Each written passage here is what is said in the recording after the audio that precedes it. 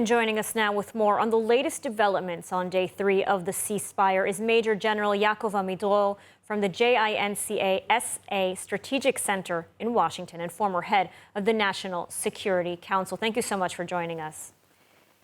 Thank you for having me. The ceasefire is very fragile. On the one hand, U.S. President Trump has declared the war is over, but on the other, he, along with Israeli officials, are threatening that Israel could resume the fighting if Hamas does not comply, which so far it's not complying. So what's your analysis of this situation? That it is very natural that it will be vague and fragile.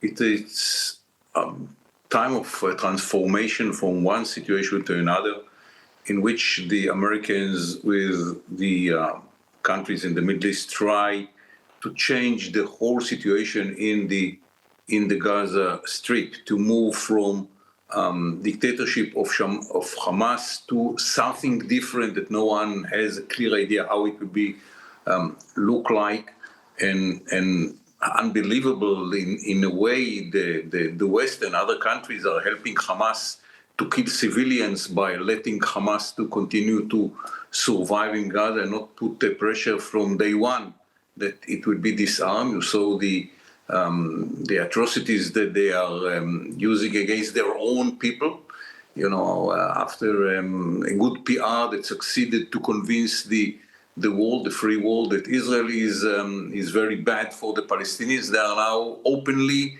loudly, clearly publishing how they are killing civilians in Gaza. It's a crazy world in which what Hamas is doing, it has the approval of the world, and what Israel did to save Israel and the people of Gaza was condemned by the same countries and the same leader, which now we don't hear them saying anything, and you can see the pictures in which they are killing civilians. And so I really don't understand. I really don't understand the double standard of the world. And I mean, we're seeing these shocking images, Hamas murdering, executing Palestinians in broad daylight. What are Hamas's capabilities today, after 2 years of war? Hamas is not a threat to Israel. No one asked the question, okay, what will be the reaction of Hamas when we eliminated the Sinwar?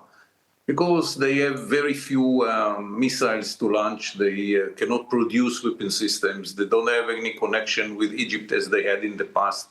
They lost the organization as a military organization. They don't have commanders in bases and command and control system which works and allow them to connect the intelligence and to organize themselves and to prepare attacks on Israel. But they are still the strongest force inside Gaza Strip, if you don't take into account the IDF. And if their enemy are the civilians, the Palestinian civilians in Gaza, they can kill them whenever they want.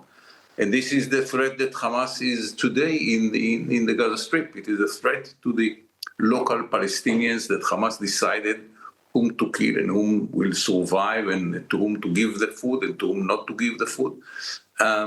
This is the situation on the ground, and shockingly, the world is giving Hamas these capabilities and allowing it to continue.